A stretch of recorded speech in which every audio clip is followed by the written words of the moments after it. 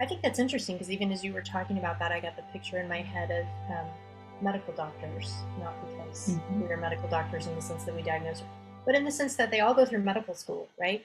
And then they choose different areas of expertise. And maybe they have this area of Yes. expertise for a few years and then they go to this area of expertise. Or so I think that yoga therapy is similar in that sense. We all go through yoga therapy training and we all have yoga. Somebody who gets a certification in yoga therapy must be a yoga instructor, must have a 200-hour first. And I believe we have to have a certain amount of teaching hours before we go into that training, but we could look that up.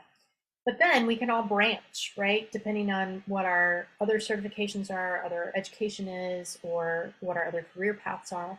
And so for myself, certainly PTSD is the foundation that brought me into that. My heart is really, even through our program, I took a deviation and a rest from PTSD from some of the crises that were going on in our own family, and that was good and right to put it down for a minute.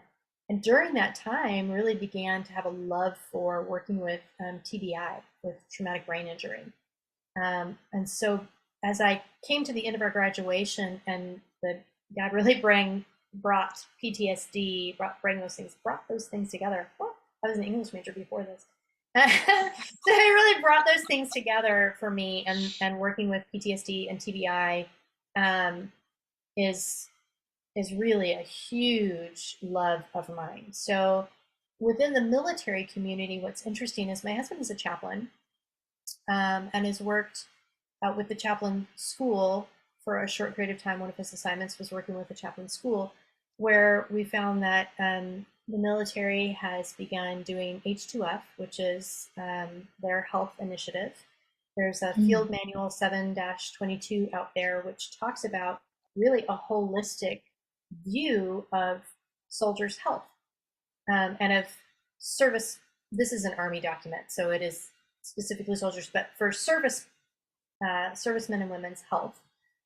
Uh, and that includes looking at sleep, looking at breath, looking at physical postures, looking at stress, looking at their Mm. spiritual life, right? So I'm like, we're already in the kosha models right there, Yeah. that we talked about earlier.